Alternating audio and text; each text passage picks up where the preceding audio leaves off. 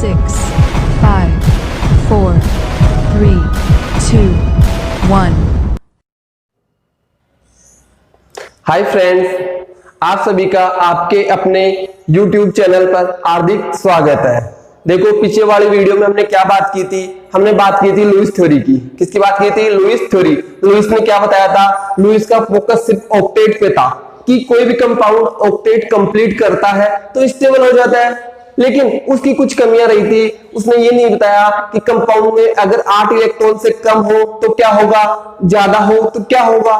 Clear है? लेकिन इन कमियों को दूर करने के लिए कौन आया? इन कमियों को दूर करने के लिए आई सिज्विक थ्योरी आई, सजन थ्योरी आई, अनेक थ्योरी आई। ठीक है, आज हम पढ़ने वाले हैं कौन सी? सिज्विक थ्योरी। कौन सी? सिज्विक थ्योरी, जिसे क्या बोला जाता है? सिज्विक मैक्सिमम कोवेलेंसी कॉन्सेप्ट। क्या बोला जाता है? सिज्विक मैक्सिमम कोवेलेंसी कॉन्सेप्ट। ध्यान देना। देखो, सिज्विक क्या बोलता है? सिज्विक ये बोलता है कि कोई भी कंपाउंड है, कोई भी कंपाउंड में अगर कोई एटम किसी दूसरे एटम से जुड़कर कोई कंपाउंड बना रहा है तो कंपाउंड बनाएगा तो उसकी कोवेलेंसी, उसकी संयोजकता कितनी होनी चाहिए? क्या होनी चाहिए? संयोजकता कितनी होनी चाहिए। इसलिए सिज्विक ने क्या किया? जितने भी आवर्त सारणी के जितने भी एटम्स हैं, जितने भी आवर्त है, आवर्त किसको बोलते हैं? हमें पता है, जो आवर्त सारणी में खड़ी लाइनें आती हैं उनको तो क्या बोला जाता है? ब्लॉक बोला जाता है या वर्ग। क्लियर है? और जो आड़ी लाइनें आती है उन्हें क्या बोला जाता है? आवर्त बोला जाता है। ठीक है, तो देखो क्या किया सिज्विक ने? जितने भी आवर्त थे, जो आडी लाइनें थी, उनको किसमें बांटा? अलग अलग कोवेलेंसी में बांटा। किसमें बांटा? अलग अलग कोवेलेंसी, मतलब अलग अलग संयोजकता में बांटा गया। क्लियर? अब देखो, मैं बात करूं तो क्या बोला सिज्विक ने? बोला कि अगर फर्स्ट पीरियड का कोई एलिमेंट है या कोई एटम है, फर्स्ट पीरियड का कोई एलिमेंट है, तो उसकी मैक्सिमम कोवेलेंसी, क्या बोला मैंने? ध्यान देना, द मैक्सिमम कोवेलेंसी। इसका मतलब किससे लिया गया है? नंबर ऑफ बॉन्ड और ईच पीरियड, मतलब जो जो पीरियड, जो आवर्त दिया गया है, उसका एटम मैक्सिमम कितने बॉन्ड बना सकता है, कितने बॉन्ड बना सकता है। ये किसने बताया? सिज्विक ने बताया। देखो, उसने क्या बोला? जो फर्स्ट पीरियड आता है, क्या आता है? First period. अरे फर्स्ट पीरियड की बात करूं तो क्या आता है? फर्स्ट पीरियड में हाइड्रोजन आता है और हीलियम आता है। आता नहीं आता? फिर मैं बात करूं सेकंड पीरियड, सेकंड पीरियड की कोवेलेंसी कितनी बताई? संयोजकता 4 बताई। फिर आता है थर्ड पीरियड, इसकी संयोजकता कितनी बताई गई? 6 बताई गई। फिर आता है फोर्थ पीरियड, फोर्थ पीरियड की संयोजकता कितनी बताई गई? 6 बताई गई। और फिर लास्ट में आता है फिफ्थ, 6 और 7। तीनों पीरियड, तीनों आवर्त की मैक्सिमम कोवेलेंसी कितनी तक हो सकती है? 8 हो सकती है। ध्यान देना, सिज्विक ने क्या बोला कि हम मैक्सिमम कोवेलेंसी इतनी तो कर सकते, कम कितनी भी हो सकती है इससे, इनसे कम कितनी भी हो सकती है, लेकिन इनसे मैक्सिमम नहीं हो सकती। क्लियर है? देखो एग्जांपल समझना। एग्जांपल में अगर मैं बात करूं, फर्स्ट एग्जांपल देखना, जो अपने जितने भी कॉन्सेप्ट है वो क्लियर हो जाएंगे। ठीक है, अब आता है एग्जांपल देखूं मैं, BeCl2। क्या लिया मैंने? BeCl2। अरे बताओ, जो इसका सेंट्रल एटम है, सेंट्रल एटम क्या है इसका? क्या ये है क्या central atom? Be central atom है। अगर इसकी बात करूं तो सेंट्रल एटम इसकी स्ट्रक्चर ऐसे बना सकते हैं, BeCl और ये Cl। अरे यहां पे कोवेलेंसी कितनी आ रही है? कोवेलेंसी कितनी आ रही है? कोवेलेंसी अपने पास में आ रही है 2।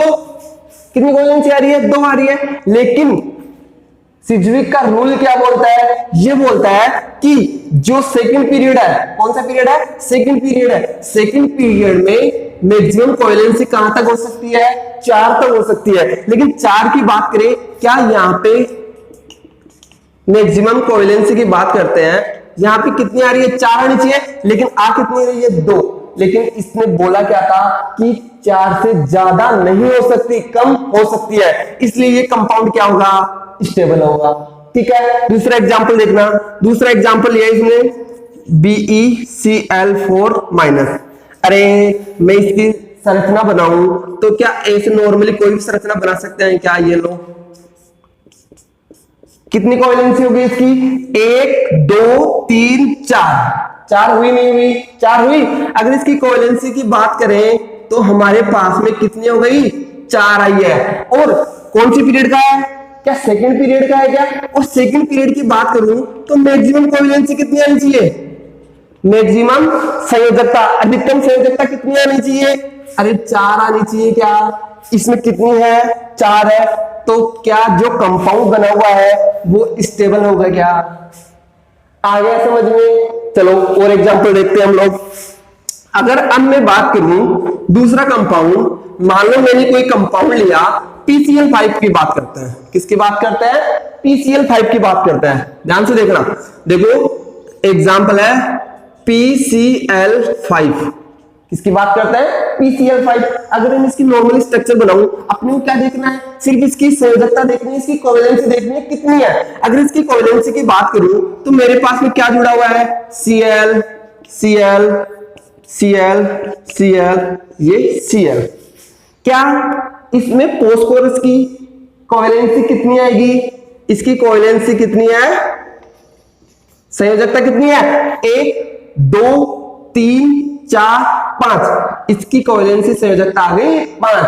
अरे अपना सिज्विक का रूल क्या बोलता है? ये बोलता है कि जिस पीरियड में उसकी मैक्सिमम कोवेलेंसी ये होनी चाहिए, इससे ज्यादा नहीं होनी चाहिए, वो कंपाउंड क्या होगा? स्टेबल होगा। अगर फोस्फोरस की बात करते हैं तो फोस्फोरस कौन से पीरियड का है? अरे कौन से पीरियड का है? अरे फोस्फोरस होता है थर्ड पीरियड का। कौन सा होता है? थर्ड पीरियड का। और थर्ड पीरियड की कितनी है मैक्सिमम वैलेंसी? कितनी है? 6 है। और यहाँ पे कितनी आ रही है? 5। अगर मैं मैक्सिमम की बात करूं तो कितनी आ गई? 6 आ रही है। तो क्या बनने वाला कंपाउंड स्टेबल होगा? क्या स्टेबल होगा? क्लियर है? अब देखो एक एग्जांपल और देख लेते हैं हम। अगर मैं बात करूं आपसे SF6 की, किसकी बात करूं? SF6। SF6, ठीक है। देखो SF6 में अपन नॉर्मल कोवेलेंसी देखे कितनी हो रही है इसकी संयोजकता। इसकी बात करते हैं F फ्लोरीन, ये फ्लोरीन लो, ये फ्लोरीन, ये फ्लोरीन और ये फ्लोरीन, ठीक है। देखते हैं, देखो अगर मैं इसकी नॉर्मल, इसकी जो इस कंपाउंड में SF6 कंपाउंड में इसकी कोवेलेंसी कितनी आ रही है? इसकी संयोजकता कितनी आ रही है? अरे इसकी संयोजकता कितनी आ रही है? 1 2 3 4 5 6 आ रही है। ये लो 6 ले लिया। और फॉर्मूला क्या बोलता है अपना? सिज्विक का कॉन्सेप्ट क्या बोलता है? मैक्सिमम कोवेलेंसी कितनी होनी चाहिए? थर्ड पीरियड की 6 होनी चाहिए। कितनी होनी चाहिए? 6। तो मैक्सिमम कोवेलेंसी अपने पास में 6 आ गई। और 6 क्या बन रहा है अपने पास में? संयोजकता वाला कंपाउंड बन रहा है। तो क्या हम ये कह सकते हैं क्या कि बनने वाला कंपाउंड क्या होगा? स्टेबल होगा। होगा नहीं होगा? चलो अपने ये तो देख लिया कि कौन कौन से कंपाउंड बन सकते हैं। एक एग्जांपल ऐसे देखते हैं कि जो नहीं बनता हो, जो सिज्विक को फॉलो नहीं करता हो, ठीक है। तो देखो मैं एक एग्जांपल और बताता हूं आप लोगों को। एग्जांपल ले लो NCl5। क्या ले लिया? NCl5। देखिए इसकी कोवेलेंसी कितनी है? नाइट्रोजन से कितने क्लोरीन जुड़े हुए हैं? नाइट्रोजन से कितने क्लोरीन जुड़े हुए हैं? क्या नाइट्रोजन से यहां पे 5 क्लोरीन जुड़े हुए हैं? जुड़े हुए हैं, ठीक है। देखते हैं, अगर मैं बात करूं नाइट्रोजन से यहां 5, मैं ये कह सकता हूं क्या कि इसकी यहां पे कोवेलेंसी कितनी है? कोवेलेंसी कितनी है? यहां पे इसकी कोवेलेंसी आ रही है 5। कितनी आ रही है? 5 आ रही है। अब फॉर्मूले पे चले। सिज्विक का रूल क्या बोलता है? सिज्विक का रूल ये बोलता है कि जिस पीरियड में हो उसकी मैक्सिमम कोवेलेंसी ये होनी चाहिए, इससे ज्यादा भी तो स्टेबल नहीं होगा। अरे कौन से वर्ग में, कौन से आवर्त में आता है? ये कौन से आवर्त में आता है? सेकंड में आता है। सेकंड यही क्या? अगर मैं इसकी बात करूं तो सेकंड की मैक्सिमम कोवेलेंसी कितनी आ रही है? 4। और यहां पे बात करते हैं तो क्या आ रहा है? कितनी आ रही है कोवेलेंसी? इसकी आ रही है 5, ज्यादा आ रही है। तो ये कंपाउंड क्या हो जाएगा? अनस्टेबल। क्या हो जाएगा? अनस्टेबल। यही किसका रूल था? सिज्विक का। किसका था? सिज्विक का। ध्यान रखना, सिज्विक ने क्या किया? इसने मैक्सिमम कोवेलेंसी दे दी कि इस कोवेलेंसी तक तो कंपाउंड क्या होगा? स्टेबल होगा। लेकिन अगर इस कोवेलेंसी से ज्यादा हो जाती है, इस संयोजकता से ज्यादा कोई कंपाउंड बन जाता है, तो वो क्या माना जाएगा? अनस्टेबल होगा। क्या होगा? अनस्टेबल होगा। आगे सिज्विक की थ्योरी, ठीक है, इसको नोट करो।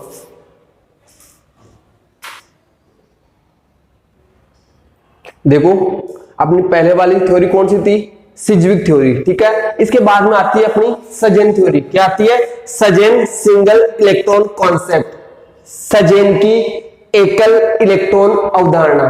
ठीक है, देखो कई लोग इसको सजेन बोलते हैं, कोई सुजेन बोलता है, कोई सगडेन बोलता है। क्लियर है? तो हम देखेंगे कि सजेन की एकल इलेक्ट्रॉन अवधारणा क्या बोलती है। ठीक है, बहुत इजी है और कंसेप्चुअल है, ध्यान से देखना।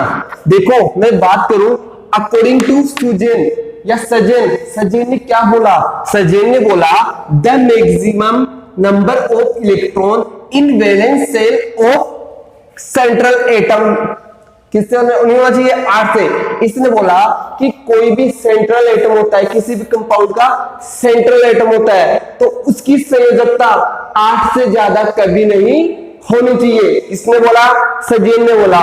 सजेन ने बोला कि हमारे पास में कोई भी कंपाउंड, ध्यान देना, अगर मैं बात करूं एग्जांपल मान लो SF6 है। क्या है?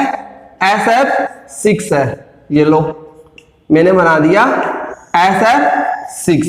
अरे सज्जन ने बोला कि देखो यहां की बात करूं तो इसके पास मैक्सिमम कितने इलेक्ट्रॉन है? अरे ये सेंट्रल एटम की बात करूं तो इसके पास मैक्सिमम कितने इलेक्ट्रॉन आ रहे? ध्यान देना, 1 2 3 4 5 6 7 8 9 10 11 12। जो हमने लुईस की अवधारणा के आधार पर पता लगा लिया कि इसके पास में कितने हैं। इसके पास में है 12 इलेक्ट्रॉन।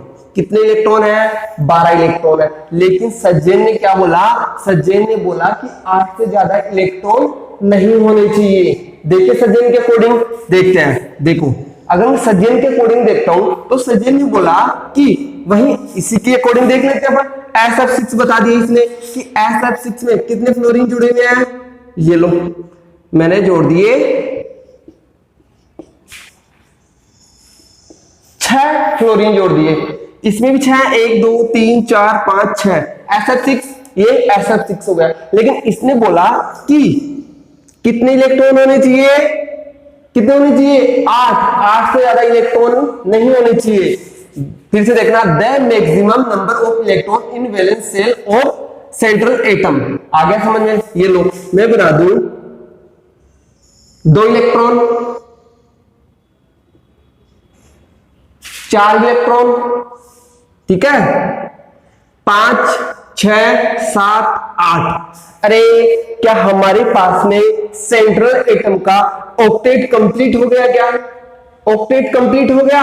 फिर उसके बाद में क्या बोलता है कि ठीक है हमारे पास में सेंट्रल एटम के पास में ऑक्टेट तो कंप्लीट होना चाहिए, लेकिन इसके अलावा कोई एटम जुड़ा हुआ है, तो उसके साथ में जो बॉन्ड बनेगा वो डॉट डॉट से बनेगा। किसके साथ बनेगा? डॉट, और एरो से प्रदर्शित किया जाएगा। ठीक है, इसको भी क्या बोलेंगे? डॉट डॉट के साथ बनेगा और एरो से प्रदर्शित करेंगे। इसको भी क्या करेंगे? डॉट के साथ प्रदर्शित करेंगे और एरो लगाएंगे। इसको भी क्या करेंगे? डॉट के साथ एरो लगाएंगे। अरे क्या मैं ये कह सकता हूं क्या कि इस थ्योरी के अकॉर्डिंग हमारे पास में जो सेंट्रल एटम है उसमें कितने इलेक्ट्रॉन हो चुके? 1 2 3 4 5 6 7 8। ऑक्टेट कंप्लीट हो गया। इसके अलावा जो भी एटम जुड़ेंगे उसको डॉट के साथ बॉन्ड बनाएंगे और किससे प्रदर्शित करेंगे? एरो के साथ प्रदर्शित करेंगे। तो समझ गए क्या? हम क्या बोलेंगे कि जो ऑक्टेट में बॉन्डेड में पार्टिसिपेट करेंगे उसमें जो बॉन्ड बनेगा 2 इलेक्ट्रॉन से बनेगा। किसके साथ बनेगा? 2 इलेक्ट्रॉन के साथ बनेगा। लेकिन इसके अलावा जो बॉन्ड बनेगा वो सिंगल इलेक्ट्रॉन से बनेगा। किसके साथ बनेगा? Single electron. क्या जो बॉन्ड बन रहा है सिंगल इलेक्ट्रॉन के साथ बन रहा है? क्या ये भी सिंगल के साथ, ये भी सिंगल के साथ, ये भी सिंगल। क्यों? क्योंकि सिर्फ इसमें कितने इलेक्ट्रॉन है? 1 इलेक्ट्रॉन है। अरे फ्लोरीन के पास कितने इलेक्ट्रॉन? कितने हो गए? ये 6 7 हो गए और 1 इसके साथ बॉन्डेड कर दिया। इसका भी ऑक्टेट कंप्लीट हो गया। इसका भी ऑक्टेट, इसका भी सेम, सभी का क्या हो जाएगा? ऑक्टेट कंप्लीट हो जाएगा। आ गया समझ में? चलो एक एग्जांपल और देखते हैं। अगर मैं दूसरे एग्जांपल की बात करूं, किसकी बात करूं? कोई एग्जांपल ले, PCl5 मान लो। क्या लेते हैं अपन? PCl5। ठीक है, देखो PCl5 क्या बोलता है? PCl कितने हैं? Cl अपने पास में है 5 है। ये लो 1 2 3 4 5 PCl आ गए।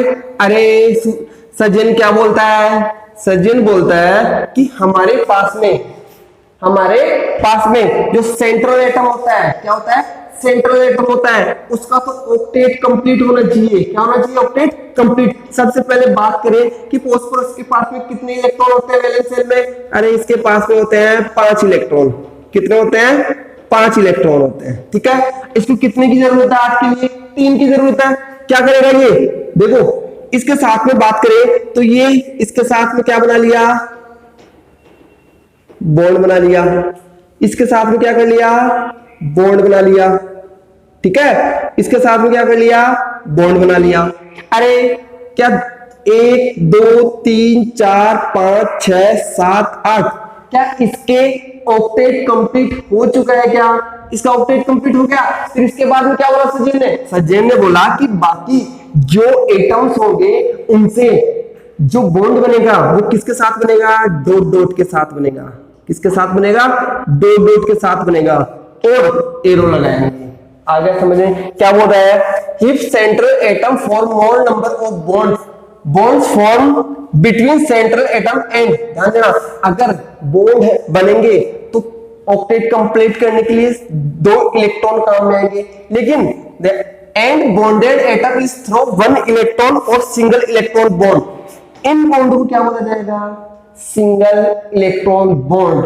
एक इलेक्ट्रॉन के कारण बनने वाला बंध सिंगल इलेक्ट्रॉन बॉन्ड कहलाएगा, क्योंकि इसमें कितने इलेक्ट्रॉन काम में आ रहे हैं, सिर्फ 1 इलेक्ट्रॉन काम में आ रहा है। कितने इलेक्ट्रॉन काम में आ रहे हैं, 1, और ये अपना ऑक्टेट कंप्लीट कर रहा है। क्या कर रहा है, अपना ऑक्टेट कंप्लीट कर रहा है। सेम इसमें भी यही कंडीशन, इसमें भी यही। ये किसकी थ्योरी थी, ये थ्योरी थी सज्जन की थ्योरी।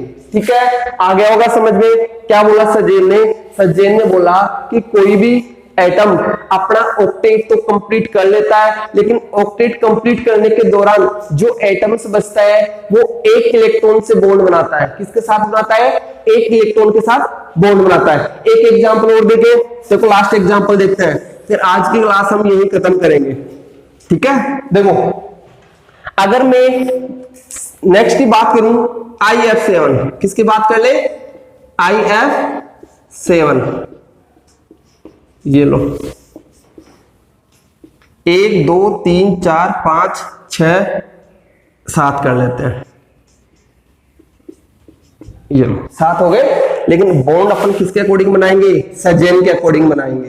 किसके अकॉर्डिंग, सज्जन की। सज्जन क्या बोलता है, ठीक है, देखो सज्जन क्या बोला, सज्जन बोलता है कि इसके पास में सेंट्रल एटम के पास में ऑक्टेट कंप्लीट होना चाहिए। 1 2 3 4 5 6 और ये 7।